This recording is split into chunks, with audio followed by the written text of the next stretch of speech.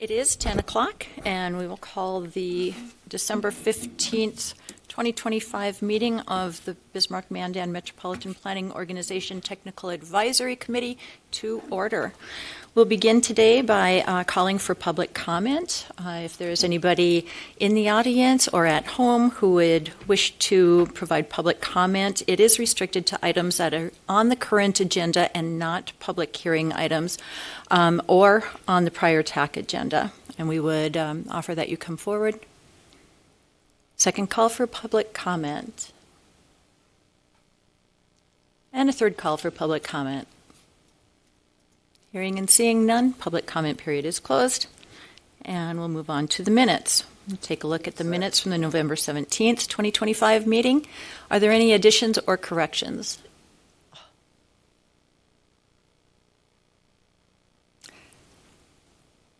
If not, roll call vote, please, Tracy.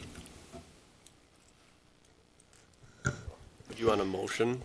Oh, I'd move to approve. actually, my mind was actually going back because I didn't ask for roll call. And so maybe what we can do is have Tracy do a roll call and then we'll look at the minutes. Daniel Narin. Dan Shriak. Here. Deidre Hughes. Here. Gabe Schell. Here. Loretta Marshik. Here.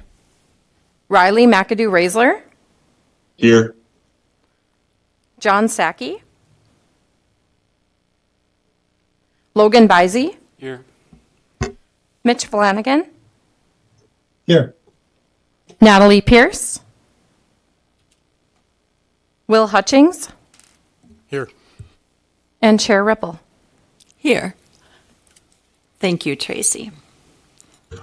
All right. Moving back on to the minutes, there were no corrections or additions to the minutes. Is there a motion to approve the minutes of the November 17th meeting? This is Gabe, so moved. We have a first. Is there a second? This is Loretta. I'd second that motion. Loretta. We have a first and a second. And roll call vote, please.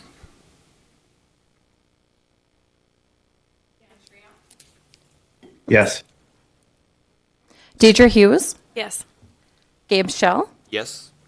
Loretta Marshik. Yes. Riley McAdoo-Raisler.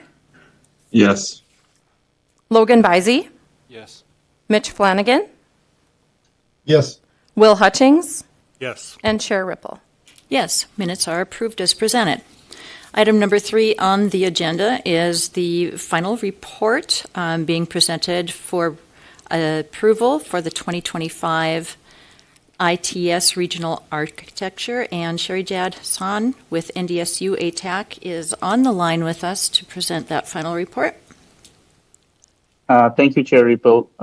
Can you guys hear me? Yes, we can hear you. Your volume is just a tad low. Okay, try to increase that. There. Perfect. So I'm going to share my screen, and I hope you can see my screen too. Yes, we can. Perfect. So thanks again, and good morning to all the TAC members. Thank you all for your continued support and engagement in the ITS Architecture Update Initiative. I'm really happy to share that we have submitted the final report in front of this committee, and we are here today for the approval of that final report. So these were the updated tasks that we had planned in the beginning of this project, and we have completed all of these steps as of now. If you remember in the kickoff meeting, I mentioned that all of our works would be based on the service packages because when you collect the data for the ITS architecture update and to make this process organized and aligned with the national architecture guideline, we use this idea of service packages, which identifies each services provided currently or will be provided in the future. and its component within the service package. So this was the first requirement for this update procedure, which is discussed in Chapter 5 of this report. The broader service areas were identified initially to determine the stakeholders who serve as primary point of contact for information regarding these services and related intelligent transportation system elements. And those elements were discussed in Chapter 3, or sorry, the stakeholders are discussed in Chapter 3, whereas the ITS elements were discussed in Chapter 4. Additionally, there are certain other items which is discussed in this report are the scoping, where we discuss the region, the service boundary, and the timeline of this architecture. Chapter 6, we discussed on the operational concept, or which is the roles and responsibilities of the stakeholders. We identified different agreements among the stakeholders to provide services in Chapter 7. Chapter 9, or actually Chapter 8 talks about different functional requirements which assigned for every element and stakeholders. And the functional requirements is also broadly like a full list of functional requirements can be found in Appendix B. The ITS standards, which is part of the communication standards mainly, are identified in Chapter 9. And also there is one more appendix section, Appendix A, which shows the interface requirements and information exchange or information flow for each service packages. So after this update, this is the final overview on the Bismarck-Mandan regional architecture. So the number of stakeholders, obviously, it increased from 24 to 28. We have the similar number of service areas. Currently, we have total 26 service package which are in progress. It will be 28 if we include the instances. So that's what you were seeing on this list. And out of these 26, there are total 24 at existing status and 2 in future status. So we can align it with the state's regional architecture. And obviously, that service package instance, there are one service package instance for there is one service package which use the instance component, and there are total 2 service packages under that. So at the beginning of these project, we had some recommendation from this committee. Specifically, Mr. Shell guided us to have the inclusion of the technical stakeholders from the IT department as well as from the NDDOT Bismarck district, and we have included both of them in these architecture update. We have addressed some of the communication standards. I want to give a thanks to the Bismarck Engineering Bismarck traffic engineer Chris Soldier. He helped us with some of the communication standards, especially with the traffic signal control. So the architecture currently identify and extensively explain the communication standards for all the services. So it is very much ready to address any of the cybersecurity issues, and especially for those third-party owned equipment that has been used in this region for which the data is hosted in the cloud. The standard communication were identified within the architecture. We had some other recommendation from this committee from the NDDOT side about how we can connect this architecture with the planning goals and objective. At the same time, they want to understand, or they want to include the suggestions on new activities that needed on the municipality level. There was another suggestion on how we can use these architecture when we are talking about specific ITS projects in future. So to address those, we have made some addition to the reports, and that covers in Chapter 10. One is the planning aspect. So the planning aspect, It's not something new. We had it the last time too.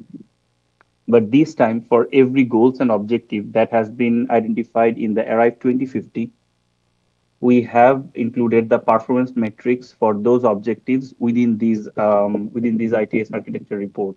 Similarly, we have included the project architecture in Chapter 11, which would be a guideline for any future consultants or contractors to use this architecture on any smaller project level ITS work. And finally, in Chapter 12, we included some remarks and suggestions for future improvement, which also includes that the group creation of a IT discussion group among the stakeholders within these region. After our last update, we had sent out some online feedback system. So we have set up an online feedback system where we send out some survey. And again, I want to thank all the stakeholders who reached out to us with with the feedback. Here you can see the feedback percentage. We are a little bit low on the emergency and the maintenance side, but if you the total number of emergency stakeholder was 19, out of which we got five responses. But those who responded, they mainly talked about the functional requirements and the user needs for where we need to make some update.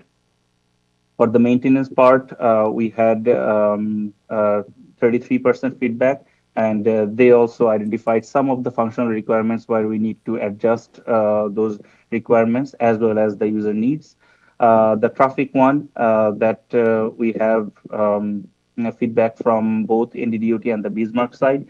And since the Mandan side is mainly specifically when it comes to ITS elements, most of the Mandan side ITS elements are maintained or used by the maintained by the NDDOT. So that's why the 67% is actually a very much acceptable number, I believe. And there were some feedback on the ITS elements, the stakeholders who are involved in agreements, and the roles and responsibilities. And all those feedback has been taken into account and included in this final report. And for the transit, we have only one transit stakeholder, so we have the 100% feedback. But there was some specific feedback on the automatic passenger counting and the no automation on the maintenance system. And we have addressed all those within these final report too. The next step from here is if this committee approve this final report, we will the Reddit dataset or the Reddit software where we maintain these architecture will automatically be approved, and I'll be able to publish that one. And with that, with the same, I mean, at the same time, I will be able to clear. Update these websites. So this is just an example that I have, or the draft that I have prepared on the side. So this website will be dependent on the approval of these ITS final report. And if there is any suggestions that need to be included, we can easily make those inclusion within this website as well as within the report. So with that, that was my brief discussion about the final report. If there is any question, I would be happy to answer that. Thank you for providing that nice overview, Sherry Jad. Are there any questions for Sherry Jad regarding the ITS regional architecture update itself or the final report for the project? No questions? Okay. Staff would be looking for a motion to recommend approval of the final report for the Intelligent Transportation Services Regional Architecture Update. Would there be such a motion? This is Gabe, so moved. We have a first from Gabe. Is there a second? This is Deidre, second. Deidre, second. Any discussion? Roll call vote, please. Dan Shriak, Yes. Deidre Hughes, Yes. Gabe Shell, Yes. Loretta Marshak, Yes. Riley McAdoo Raisler, Yes. Logan Bizey, Yes. Mitch Flanagan, Yes. Will Hutchings, Yes. and Chair Ripple. Yes. Motion passes. Thank you. Next item on the agenda is a 2025 Safety Policy Study. This is a final report, toolkit, and adoption of the Leadership Commitment Resolution. I believe that we have Luke Champa with SRF on the line with us. Thanks, Chair Ripple. Can you hear me all right? Yes, we can. All right, I'm going to share my screen here.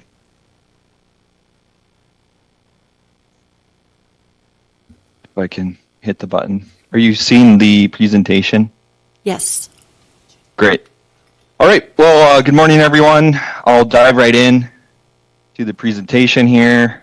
Just want to give some acknowledgments, dive into the final report, and then provide an overview of next steps or discussions.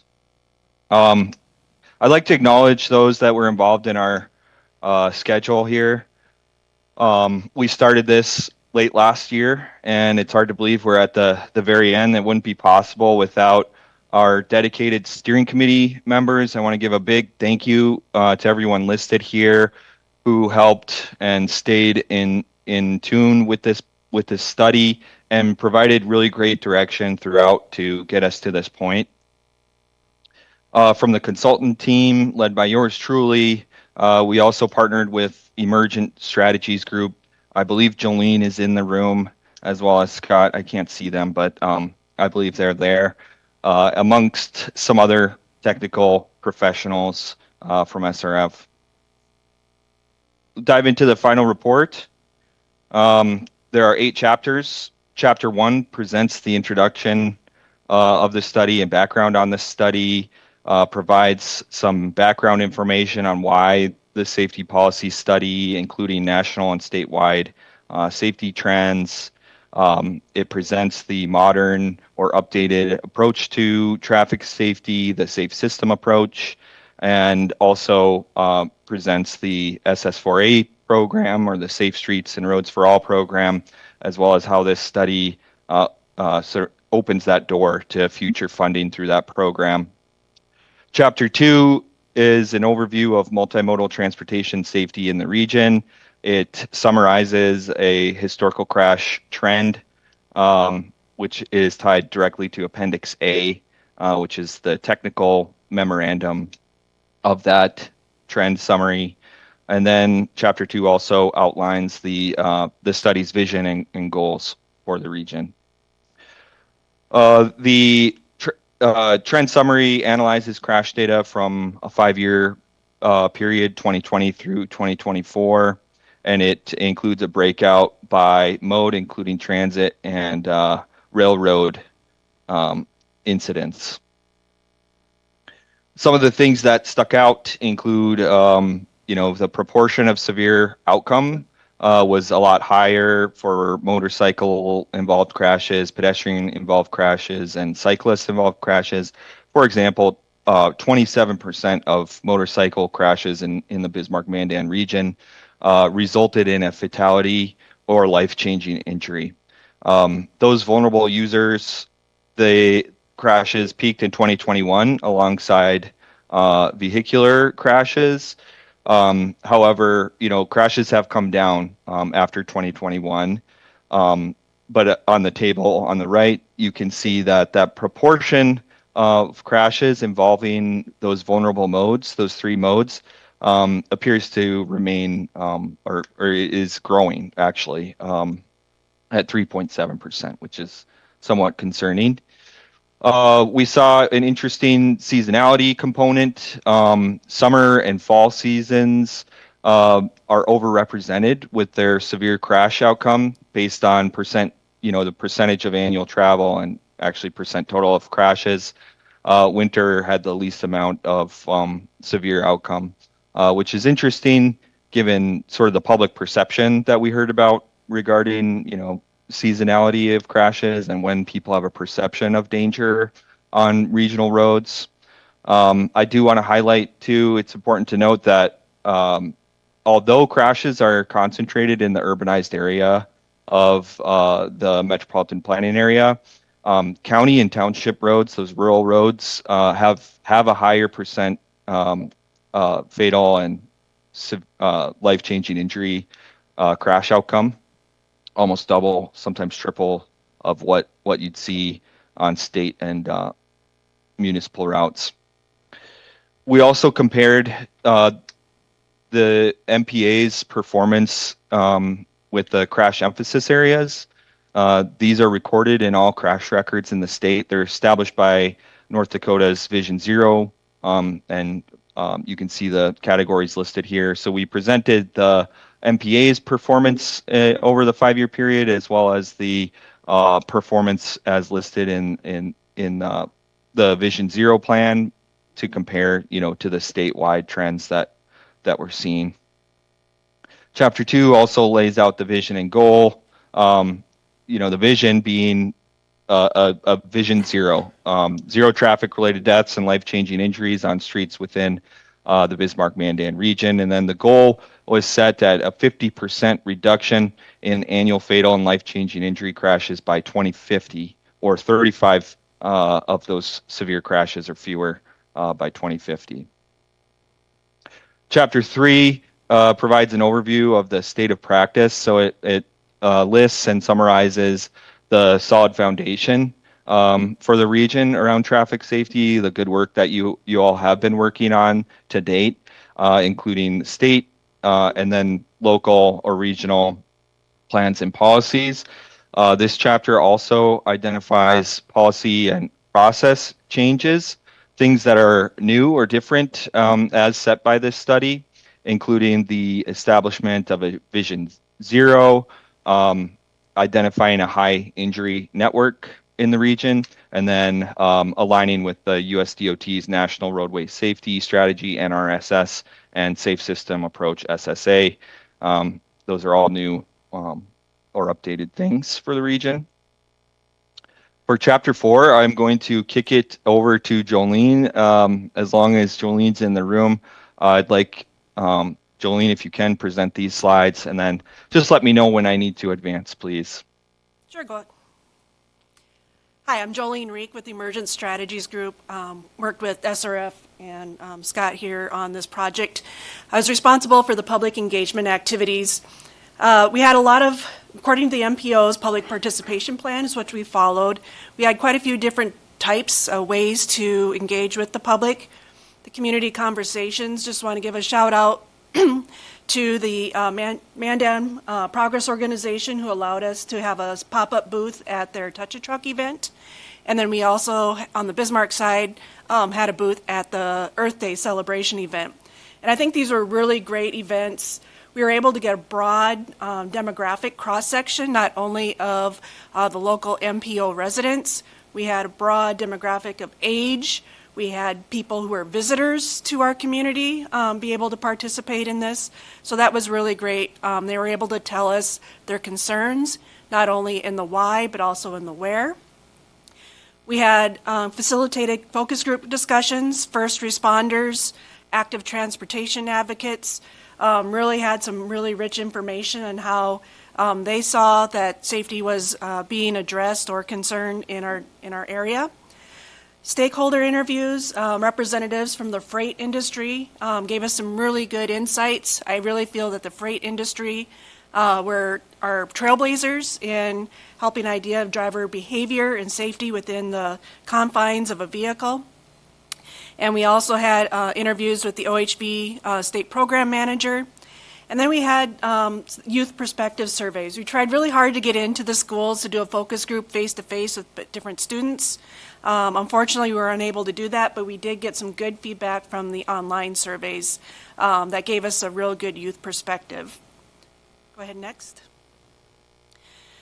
So the key findings and outcomes from this, first and foremost, distracted driving. It came up in almost every single conversation that we had.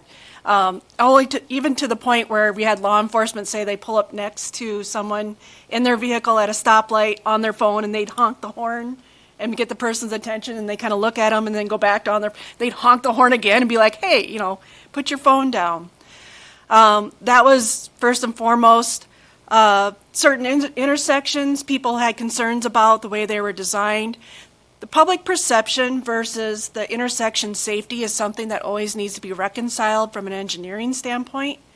There may be an intersection that the design might feel inconvenient to drivers, but then when you look at it from a safety perspective, does the intersection design work to reduce fatalities and serious crashes? And if the answer is yes, then that inconvenience may not weigh as much on the other side. Transit systems, we asked a few people about their transit. Most people felt that was good. There's some aspects of safety, particularly around females, getting off feeling like they're being followed or watched or things like that.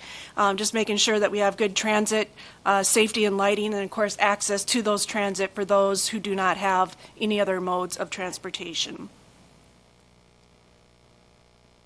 Go ahead, Luke.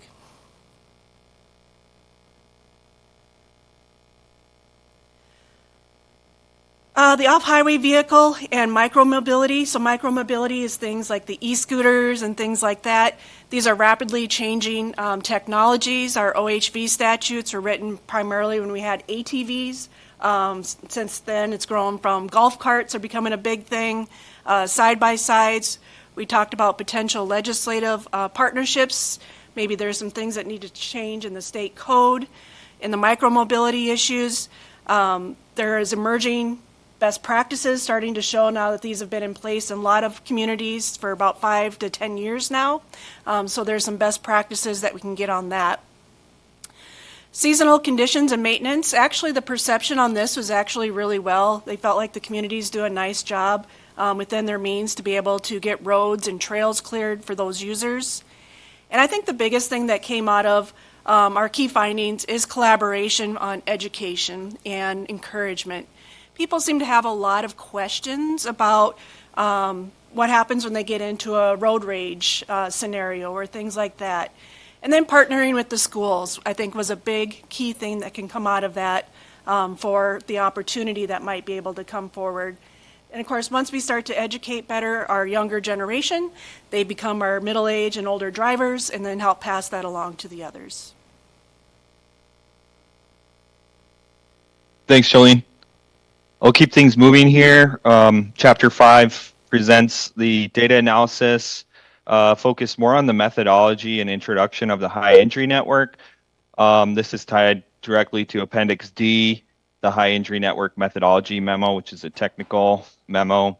The high injury network is a focused subset of the Bismarck-Mandan MPO's street system that identifies streets where a high number of severe crash concentrations have occurred. And I should note that this is a corridor approach. So for example, the high injury network may identify a 1 mile length of roadway. However, crashes may be concentrated at one particular location within that mile. But it does present a more holistic identification of corridors across the region.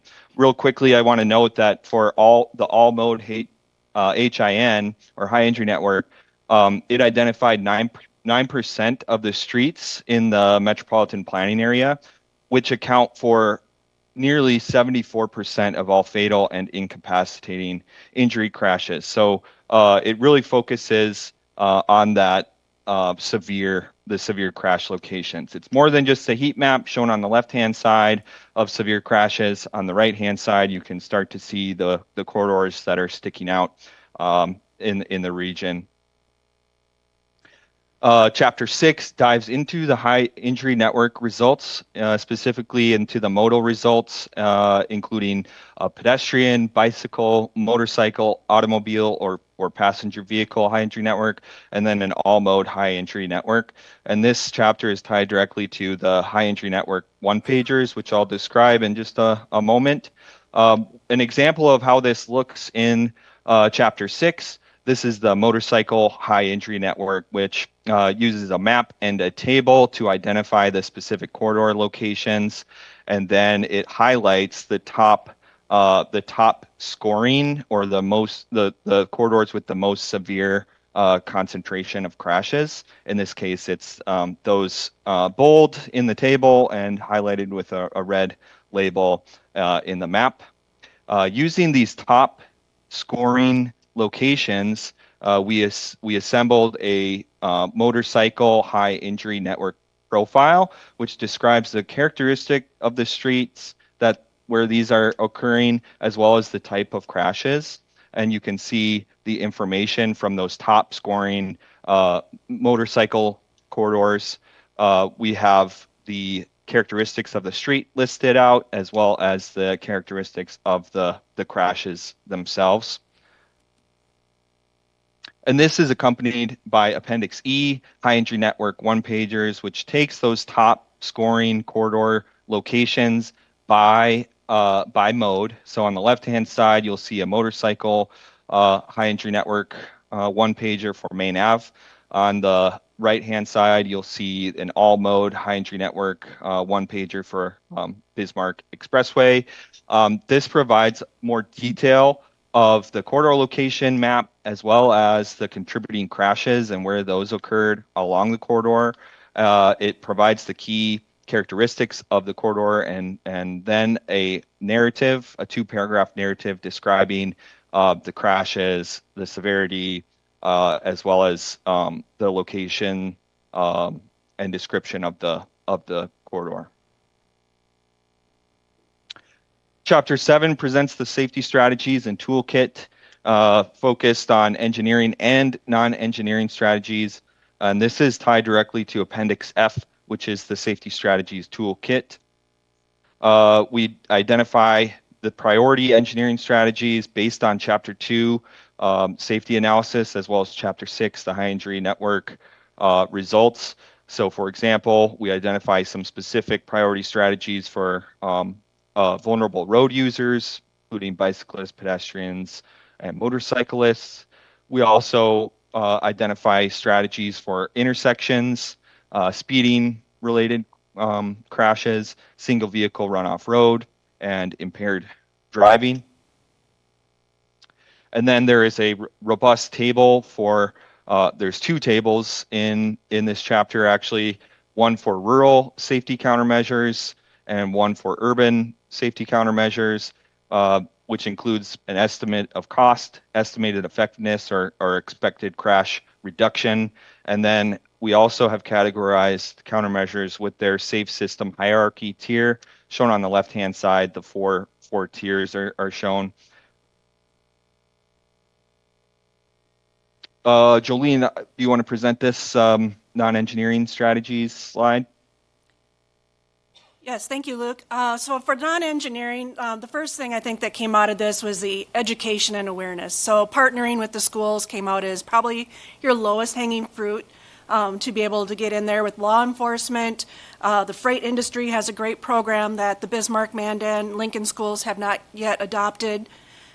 Community collaboration. So these are always the things that are probably part of your, up in the upper right-hand corner of your desk that you would love to get to, but you're busy, with the typical stuff of your day. And it's tough to really enforce behavioral change, right? We're talking about social strategies, education, and outreach strategies that really have to work through to get people pulled together. Some of the other small things that you can do is emergency services coordination, just taking a look at how the reports are written to get some consistent data that comes through across in the reports, and then policy and changes. So there might be some things that you can do to partner in the next legislative session, as I mentioned before, to really, get things more modernized and with the things that are moving together. And so we have those in that particular chapter. Thanks, Jolene.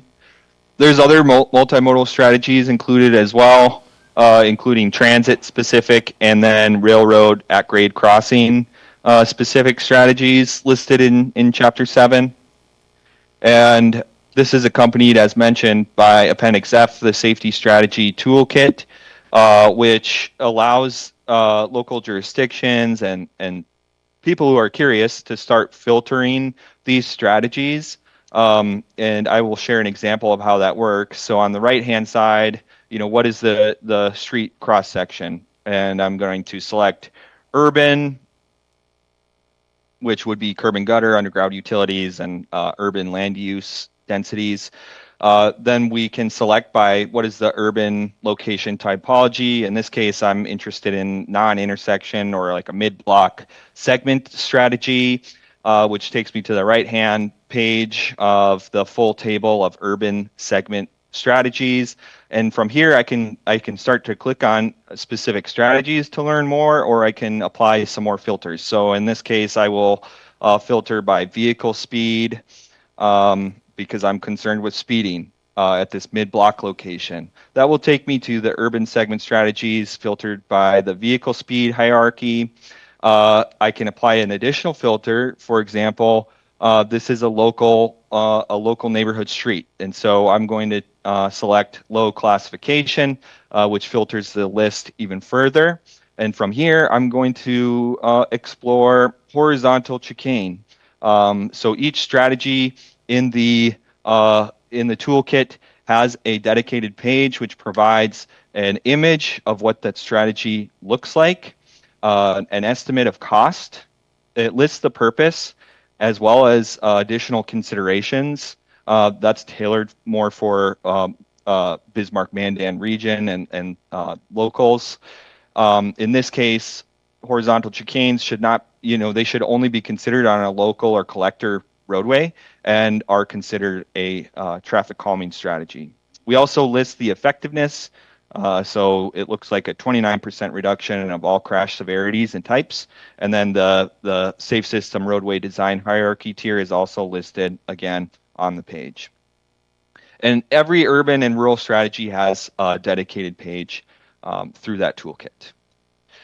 Chapter 8 is the final chapter, implementation and road to zero. And in here, we identify prioritized locations. For example, this is the pedestrian prioritized locations, which overlays the high injury network with NDDOT's high crash locations. It also includes some additional criteria that you wouldn't find in the passenger vehicle or automobile table, like does the route connect to a trail? Does the route connect to a transit route? Is there a public comment? Those things are scored and can be used by the MPO and local jurisdictions to begin prioritizing where to start, so to speak. We've also included prioritized implementation actions, which include infrastructure actions, behavioral actions, growing safety culture within the Bismarck-Mandan Metropolitan Planning Organization itself, and then also listing potential funding opportunities. Table 23 lists those MPO-specific cultural actions, starting with adopting the study and formally committing to Vision Zero end goal, and continuing on, tracking the goal through current processes, which I'll discuss. A long-term vision would be to establish a specific regional traffic safety or multimodal traffic safety subcommittee. Something outside of TAC that where people could work on the recommendations of the safety policy study. But really, we've built this so that the MBO can include tracking and evaluation of this Vision Zero and the goal of the study through current processes, including the performance measure 1 safety requirements of the MPO and the state, which the MPO does annually, as well as the monitoring report, which will be updated annually. And the last thing there is a bolded list of things that the MPO and TAC can track to evaluate progress being made towards this ambitious vision. Implications of the study on the left-hand column here is the SS4A eligibility component. These are the 7 components required for eligibility to pursue future funding, and we've listed out the applicable safety policy study sections or chapters that apply to those. The only outstanding thing is the leadership commitment and goal setting, which is formal resolution of adoption of that Vision Zero. And just to reiterate, it's a planning tool similar to the performance measures set by the state. It's a planning tool used to track and evaluate traffic safety in the region. There are no listed repercussions for not meeting the goal. And it really is something that is intended to keep us thinking about and tracking safety in the MPA. The high injury network is referenced in implementation grant submittals. However, it's not a requirement. It's I'm assuming at the federal level more of a competitive type of question about the high injury network, and then the toolkit, which guides decision making and project selections for implementation. So we have not, through this study, identified specific projects for specific locations. However, we have provided the tools necessary for local jurisdictions and the MPO to start making decisions and prioritizing specific locations and projects in the region. And with that, I will be quiet now and open it up for any discussion. Chair Ripple, I have listed as well today's potential actions by TAC on the screen. All right. Well, thank you, Luke. Thank you, Jolene, for an excellent and comprehensive overview of that report. And also thank you, Luke, for the demonstration on the safety countermeasures toolkit. That will be a very user-friendly and easily utilized tool by our jurisdictions. Right now, we'd be willing to stand for any questions regarding the study itself or the final report as presented by Luke and Jolene. Gabe? Thanks, Chair. Not so much a question, but just a comment. Just this is a unique study in the sense of trying to capture both hard infrastructure components as well as what can we do in policy to help improve safety in our community. So I think it's an important study, and I appreciate the efforts and the approach that the consultant team took to get us to this point. Thank you, Gabe. Thank you. Any other questions or comments? All right. If not, at this time, staff would recommend and be looking for a motion to approve the final report of the 2025 Safety Policy Study. Wishes of the board? This is Gabe. I would move to approve the study as well as, what was the second motion on there, Kim? The recommendation to accept the To leadership resolution. You want those recommend as- adoption of the leadership commitment resolution. Did you want to combine those into one motion? I guess I would, unless there is a particular reason to separate them, but I think that's perfectly appropriate to approve both at the same time. All right. Thank you, Gabe. We do have a motion to approve the final report for the safety policy study as well as recommend adoption of the leadership commitment resolution. Is there a second? I would second that. This is Loretta. Thank you. Any discussion? If not, roll call vote, please. Dan Shriak, Yes. Deidre Hughes, Yes. Gabe Shell, Yes. Loretta Marshak, Yes. Riley McAdoo Raisler, Yes. Logan Bizey, Yes. Mitch Flanagan, Yes. Will Hutchings, Yes. and Chair Ripple. Yes, motion passes. Thank you. Item number 5 on the agenda is the 2026-2029 Transportation Improvement Program amendments, and Stephen Larson will be presenting those to us. Thank you, Chair. All right, so this month, the MPO processed 5 amendments to the 2026 through 2029 Transportation Improvement Program. The amendments were advertised for the required 15-day public comment period. We did not receive any comments on them. So the first amendment, which is on the screen here, is the removal of a project for the reconstruction of 19th Street and Century Avenue turn lanes from the current tip because DOT has indicated the project is being funded with FY25 funds in the 25 through 28 tip. So that project needs to be moved in this way. The next three amendments are all to add new projects for microsurfacing on roadways in the Bismarck area, 2 on I-94 and 1 on Expressway. And the details are in the packet under that exhibit.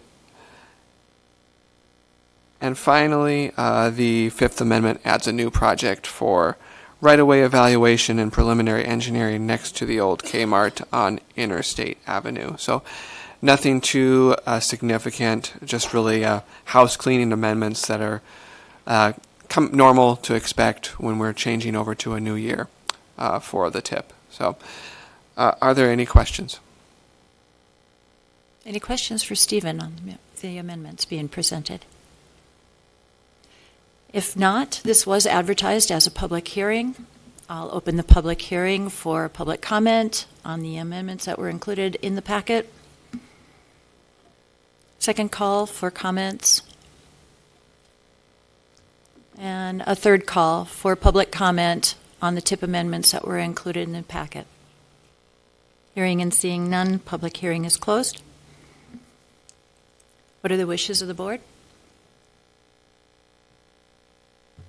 This is Loretta.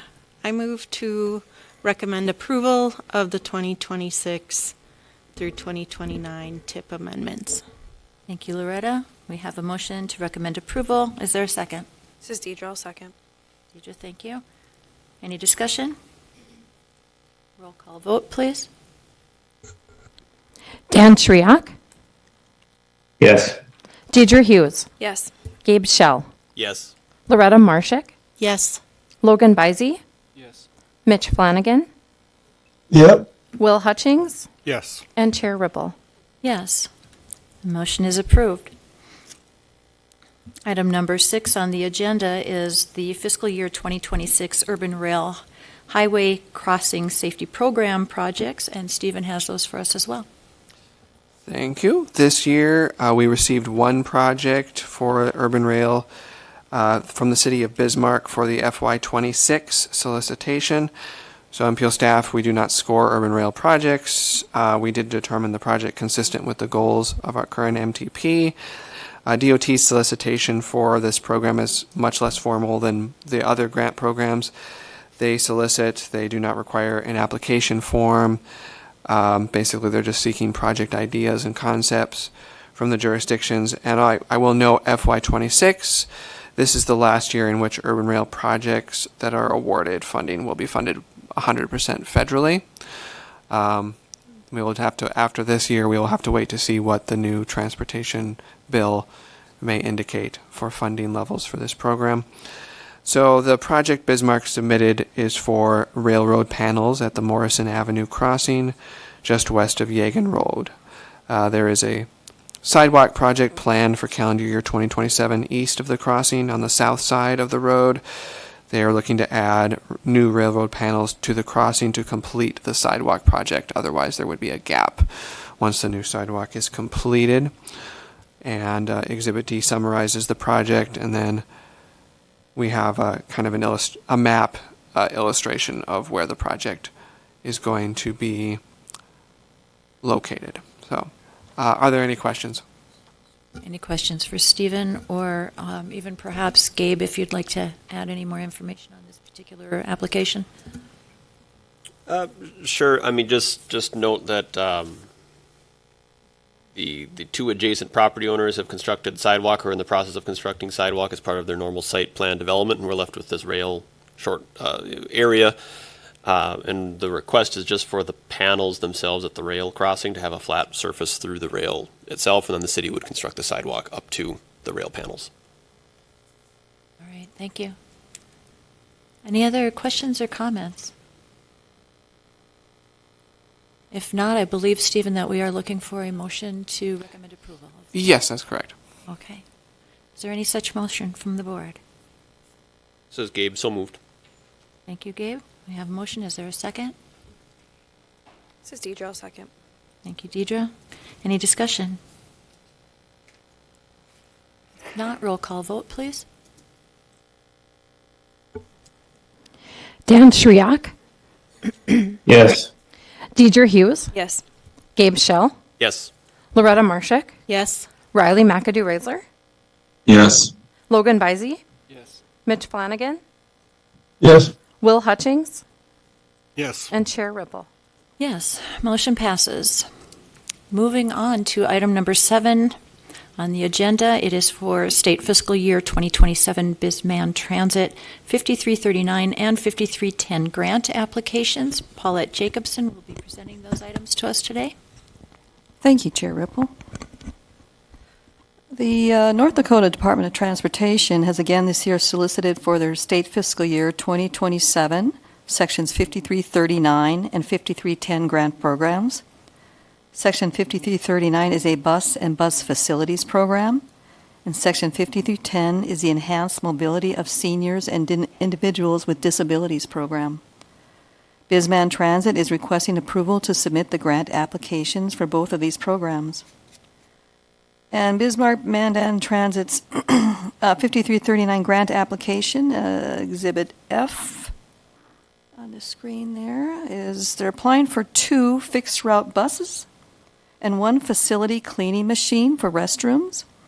And if awarded, the federal share would be $1,216,560.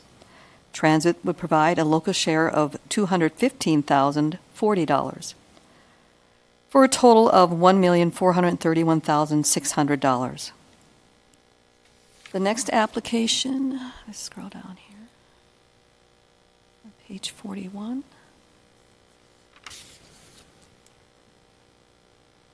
Okay, I'm going to find it there. I got something on here. There we go. The 5310 application, they're applying for the after-hours service, Sunday service, holiday service, early morning service, and the salary for their existing mobility manager position.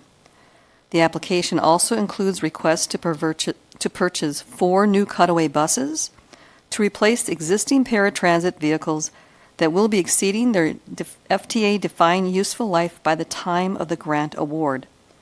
There are 9 projects total for this application.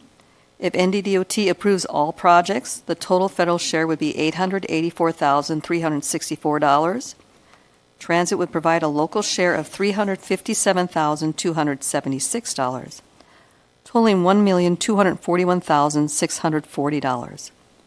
This application is scalable, so NDDOT could award any or all of the projects in this application. Both transit application programs will be presented at tomorrow's December 16th Bismarck City Commission meeting. Staff is seeking a recommendation for the approval of the 5339 and 5310 applications contingent upon the Bismarck City Commission approval. Any questions or comments? Any questions for Paulette on the applications? No, I just want to add a couple of things about the applications. So the useful life of the fixed route vehicles, technically one is not outside of useful life right now. That's what Paulette noted. It does take about 18 to 24 months for us to receive those vehicles. So once we're awarded grant applications, if we are, or we'll likely be spring, and then it takes a couple of months working with the vendor to actually submit an order, and then we have likely about 2 years on top of that. So I haven't applied for buses before that we hadn't already had them outside of useful life, but this is again to keep us on our fleet replacement schedule, so kind of just thinking ahead here. And then one other point about our 5310 applications, we will be working on our potential for service expansion hours in 2026. Hopefully, fingers crossed, everything goes okay, and it would be about April that we would see that. Obviously, none of that is set in stone. So this application for the extra operating assistance does not take any of that into consideration. So it is very likely that we will have to return some funds to the state if those service hours do actually change. So. Good things to keep in mind. Thanks for bringing all that up, Joe, If the- appreciate it. 3 out of the 4 buses have exceeded in miles, but not years, if I recall correctly, and one of them is very close to years and miles. Is that detailed in the application somewhere? It is. They're 2019 vehicles. Okay, just to make it clear for those who have to review Yes. these. In the application, letter G, Exhibit G. I believe it's detailed in the letter of intent too from Bismarck, so it's kind of summarized. Any other comments on the 5339 or 5310 applications? Okay. If not, I believe that staff is looking for a motion to recommend approval of the 5339 and 5310 grant applications to be submitted to North Dakota DOT contingent upon Bismarck City Commission approval of these applications tomorrow evening at their meeting. Would there be such a motion? This is Deidre. I'll move approval. All right, we have a motion from Deidre Hughes. Is there a second? This is Gabe, I'd second. Gabe, thank you. We have a first and a second. Any discussion? If not, roll call vote, please. Dan Shriak, Yes. Deidre Hughes, Yes. Gabe Shell, Yes. Loretta Marshak, Yes. Riley McAdoo Raisler, Yes. Logan Bisey, Yes. Mitch Flanagan, Yeah. Will Hutchings, Yes. and Chair Ripple. Yes, the motion is approved. Moving on to item number 8 on the agenda is consideration of the fiscal year 30 urban regional applications. That is summarized in the sheet in Exhibit H on page 61 of your packet. Stephen will be sharing his screen for this. Thank you. You'll see on the summary sheet that 4 applications were submitted to the Bismarck-Mandan MPO for the Urban Regional Program. 3 of the applications were submitted by the City of Bismarck, and 1 application was submitted by the City of Mandan. The MPO and its member jurisdictions met with representatives from North Dakota Department of Transportation to discuss these FY30 Urban Regional Program and regional project priorities for the MPO area. MPO staff had previously scored the projects against the goals and objectives of the Arrive 2050 Metropolitan Transportation Plan, and the scores, which are included in the packet, were also shared with the Prioritization Committee for consideration. Based on the discussion that was had, priorities indicated by submitting jurisdictions and the direction received from North Dakota DOT, the consensus was reached to assign the following priority to the 4 project submittals that you see on Exhibit H in your packet. Before we actually go into the summary, I will provide just a very brief discussion of each of these projects as they were included in the packet, beginning with Exhibit I. That is a project submitted by Bismarck for 7th and 9th Street, Burlington Northern Santa Fe Railroad underpass. That would include evaluation of stormwater improvements or driver warning systems to mitigate the current deficiencies which result in flooding during large rain events. The total projected cost for this was estimated at $1.3 million, and they are requesting a federal portion of $1,040,000. The next project that was submitted was also a Bismarck project for citywide sign replacement. This was Exhibit J in your packet. The sign replacement would occur on roadways such as U.S. Highway 83, North Dakota 810, and 94 Business Loop. And the scope would be to replace all non-compliant highway signs on the regional highway system within the city. The estimated cost of this project was a total of $250,000. The city is requesting $200,000 in federal funds for that. The third project that was submitted was also by the City of Bismarck, and that's shown as Exhibit K in your packet. This is a maintenance project to occur on State Street between Divide Avenue and Calgary Avenue. This would be an asphalt overlay rehabilitation of the multi-use trail that is on the west side of the roadway. Its length is approximately 5,700 linear feet. The total cost is estimated at this time to be $464,000, and the city would be requesting $371,200 in federal funding to complete the project. The final project that was submitted is included as Exhibit L in the packet. It was submitted by the City of Mandan, and it too is a maintenance project.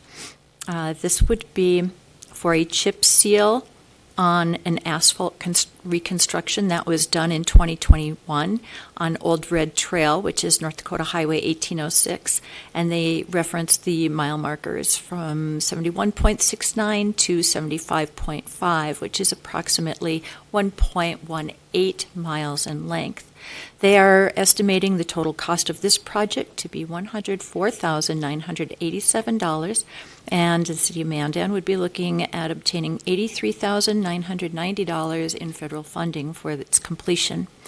Now, the summary page in Exhibit H does list these project applications according to the rank that was provided by the Prioritization Committee.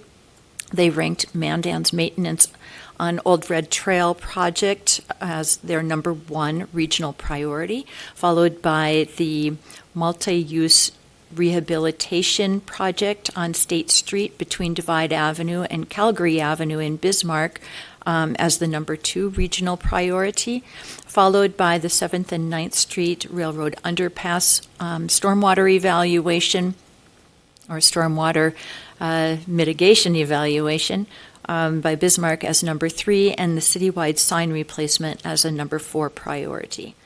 So the TAC does have some options here. Staff does recommend that the 4 applications be considered and recommended for approval as prioritized for DOT consideration. However, the TAC can accept the recommended priority or decide to reject the recommended priority and reprioritize, or they can reject the recommended priority and forward to the policy board with no prioritization. Are there any questions on the projects, the applications, or the prioritization of them? If not, we would be looking for a motion. What are the wishes of the TAC today? I would move to approve with the prioritization listed in the agenda packet. Thanks, Gabe. We have a motion. Is there a second? This is Loretta. Excuse me. I would second that motion. Thank you for the second, Loretto. Any discussion? If not, roll call vote, please. Dan Shriak, Yes. Deidre Hughes, Yes. Gabe Schell, Yes.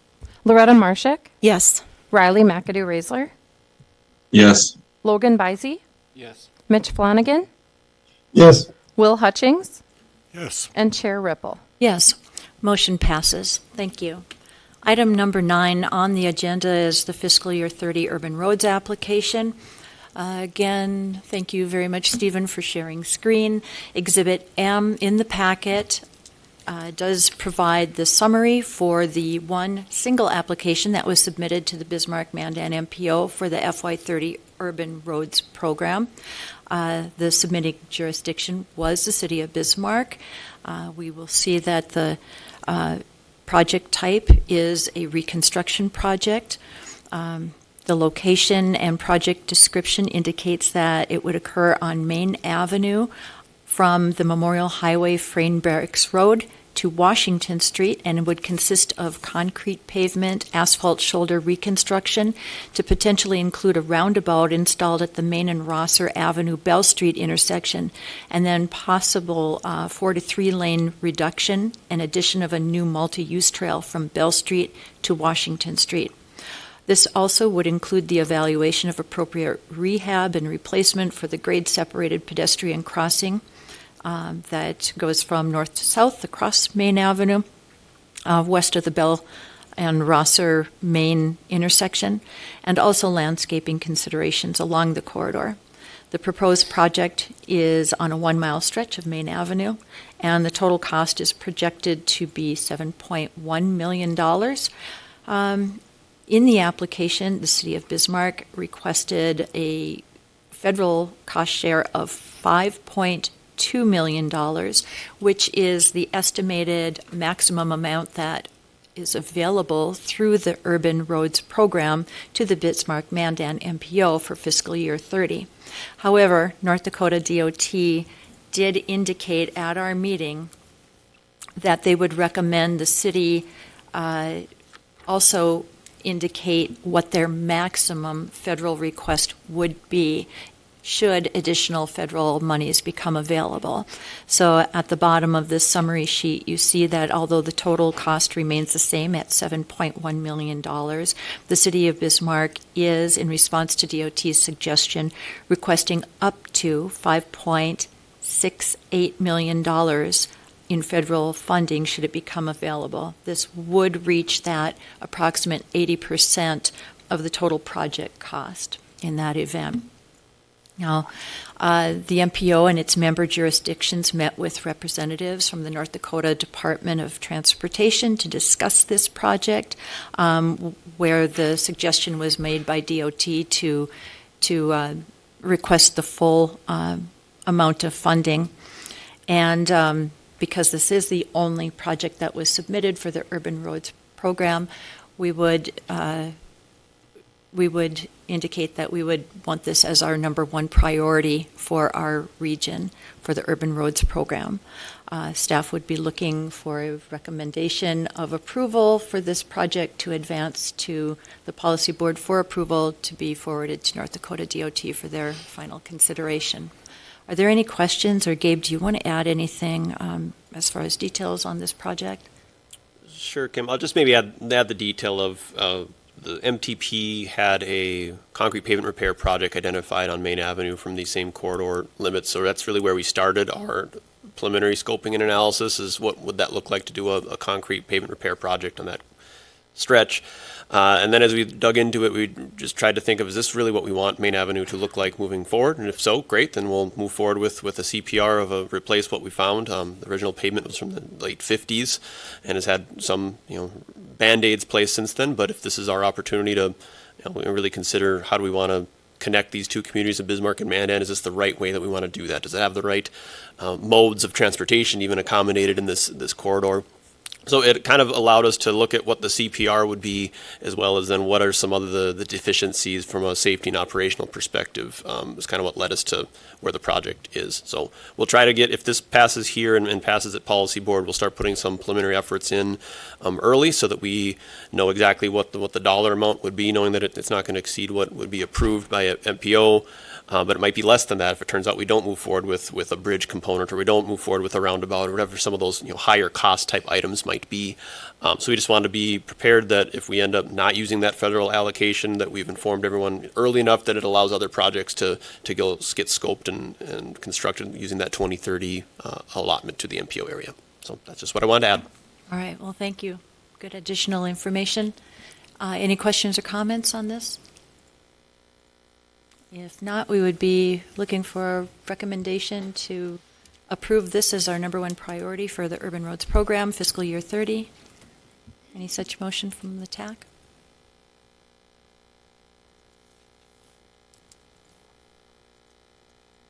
This is Gabe. I'd move to approve. Thanks, Gabe. We have a motion to recommend approval. Is there a second? This is Loretta. I'll second that motion. Thanks, Loretta. We have a first and a second. Roll call vote, please. Oh, sorry. Any discussion? None? Roll call vote, please. Dan Triak, Yes. Deidre Hughes, Yes. Gabe Schell, Yes. Loretta Marshak, Yes. Riley McAdoo-Raisler, Yes. Logan Bisey, Yes. Mitch Flanagan, Yes. Will Hutchings, Yes. and Chair Ripple. Yes. Motion is approved. Thank you. Item number 10 on the agenda is the Government Partner Program Membership and Memorandum of Agreement. This particular item is Exhibit O in your packet on page 97. Thank you, Stephen, for sharing screen. The Big Sky Passenger Rail Authority Government Partner Program was approved through the jurisdictions as far as membership being included in the 26 UPWP for budget and work program. That was approved earlier this year as we went through the draft UPWP in July and approved that in August. So basically, this is bringing forward the memorandum of agreement, which follows that particular annual membership.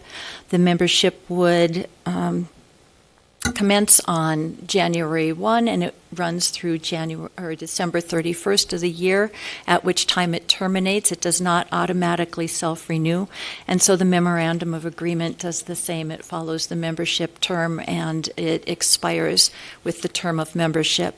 This would be the memorandum of agreement for the 2026 membership, and it basically outlines the roles and responsibilities of the MPO and the participating member jurisdictions in the government partner program membership. This is a standard MOA that was agreed to and signed last year. There have been no changes. It just updates with the membership term. We would be looking for recommendation of approval of this MOA today to forward on to Policy Board. And once approved, if approved by Policy Board tomorrow, we would be sending this through to the jurisdictions for electronic signature. Are there any questions on the GPP membership or the MOA?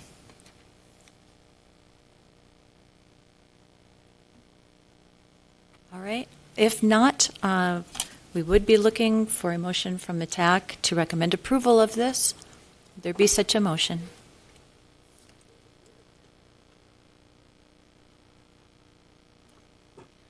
Move to approve. Thank you, Mitch. We have a motion to approve. Is there a second? I'll second. This is Deidre. Deidre, seconds. Thank you. Any discussion? If not, roll call vote, please. Dan Shriak, Yes. Deidre Hughes, Yes. Gabe Shell, Yes.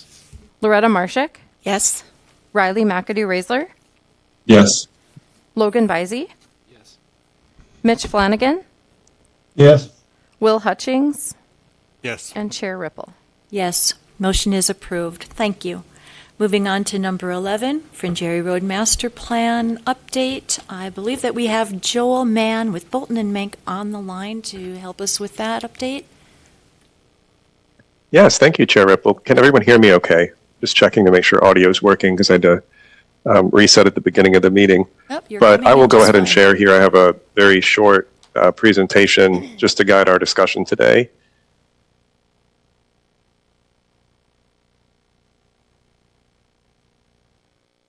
And can everyone see the slide that's up? Yes, we can now. Great, thank you. This is going to be just a couple minutes of overview of where we are right now. The current status of our work is that we have had an introductory meeting with our steering committee that happened last month. Several steering committee members are here on this advisory committee as well, so you were part of that. We've also had a community outreach event. We were going to have two major events throughout the course of the study, and we had our first just last week. Unfortunately, due to inclement weather earlier in the week, the closure of Mandan Public Schools for the day, we decided with staff's guidance to go ahead and cancel that first meeting in Mandan. But we did have the meeting on December 10th in Bismarck and are looking at times to reschedule the Mandan meeting. And I just spoke about that with Stephen at the end of last week. So we're working on what that revised meeting will look like, and we'll keep everybody up to date. But in addition to that, we are diving in earnest into technical work as part of the study, and that's starting to happen now. And by our next update next month, we would expect to have some findings, at least from a high level of a purely technical data-driven review. I think the way that this plan will take shape will, of course, include extensive public comment and coordination with our stakeholders, not just with the agencies, but with other organizations and institutions in the community. So there will be more to advance that work and those findings, but at least for now, going through kind of a data-driven approach, we should have some findings to share next month. And then just to give you an overview again of timeline and what this looks like, we're currently wrapping up this first kind of stage of the project, if you will, that is focused on the initial public outreach and discovery and data collection. We'll be working through the winter months to come back with another open house in the spring to share the findings of this. And of course, we'll have several opportunities between now and then to update this committee on progress as we move forward. And then just to give you an overview of what we did have last week at our community outreach event, we had set this up in a kind of unconventional format. This wasn't just a presentation up on a screen with a group of people sitting around in kind of theater style seating, hearing a presentation and answering questions. We set this up to be interactive and to engage people more in the process, because this is a kind of plan that doesn't really, a lot of people don't think about day to day. You know, this is very much policy, high level, setting frameworks for development and investment in the expanded roadway network as development happens in the region. So we wanted to have an outreach activity that could get people more bought into that process and understanding the decision making that goes into it. And it's not often as simple as, you know, setting lines on a map and then seeing those lines get built into actual roads. When the time comes, there are multiple stakeholders involved. There are agencies carrying different priorities. And we wanted to expose people to that somewhat. So we set this up with a kind of role-playing format where everybody would have a particular path that they'd follow throughout the room. We had set up 4 different sessions and would play a variety of roles, either landowners or, you know, city traffic engineer or North Dakota DOT engineer. And each one, they had a scenario with a kind of a problem to solve or an issue to address. And they all brought different perspectives and needed to work together to find consensus on that. And that was intended so that people could speak to us more broadly and bring general questions later in the activity. But after having kind of seen that there are different perspectives involved in this, and probably due to the inclement weather of the week, we didn't really get the turnout we would have hoped for this. But I'd say the turnout that we had at the Bismarck meeting, and the attendees were very bought into the process and left feeling like, you know, they learned something and they really engaged in this. And that's always what we go for with public outreach, is to make sure people understand what it is we're doing and that they, you know, came to this and really participated and felt connected to it. So had a lot of good feedback from that. You can see in the second picture here, this is Mandan Commissioner Sjoberg, who participated and was you know, very, very interested in the findings of the study. And as we look to schedule a rescheduled meeting with Mandan, I think could be kind of a help in this and helping to promote in Mandan and Morton County participation in the efforts moving forward. What comes next, of course, is that we're diving into that technical analysis, like I said, and that's considering a variety of planning factors that go into determining the roadway network. We had some good conversations with Bismarck City staff last week on the city's street master plan that has been serving pretty similar function to the Fringe Area Roads master plan and setting a kind of a thoroughfare plan for future growth, and had some good kind of ideas from them on how we could integrate that plan into this. And then we're working with the other agencies right now on collecting data and information and have a pretty thorough set to start diving into it through some interactive tools that we hope can be the seeds of a more robust kind of data sharing framework and system that might even be how we house the finished plan report in the end. So more to come with that. So that is our update for now, and I'm happy to hear any questions from the committee members. Thank you, Joel. It sounds like you're off to a really good start. Are there any questions or comments from the TAC for Joel? Okay. If not, we will move on to item number 12, which is the 2025 monitoring report update. I believe that this will be the last update for this particular project, concluding in 2025. Stephen? Yes, Chair, thank you so much. So HDR provided MPO staff with training on the monitoring report document processes on December 2nd to support us conducting future updates in-house. The training was successful. They provided I have provided the majority of final deliverables to us. We would like to thank HDR and the team for a successful update. The updated document is on the website. We will be doing additional promotions of that in the coming weeks. And just to note, too, that there are just a couple of items that I will be working with them to acquire to finalize the project over the next week or so. But everything, yes, is substantially completed and will be completely done by the end of the year. All right, thank you, Stephen. Any questions for Stephen? Guess not. Thank you very much. All right, moving on to item number 13, other business. Does anybody have any other business for the good of the order? Gabe? Kim, just kind of an FYI, we are having a public input meeting this Thursday at our Public Works building at 6 o'clock regarding the extension or the potential extension of the half-cent sales tax that the city of Bismarck uses to fund arterial roadway construction and reconstruction.